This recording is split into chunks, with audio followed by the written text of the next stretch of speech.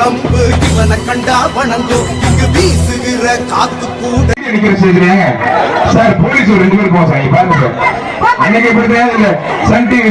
பெற்ற காவல் ஆய்வாளர் எஸ்ஐ அனுராதமார் காவல் உதவி ஆய்வாளர் எஸ்ஐ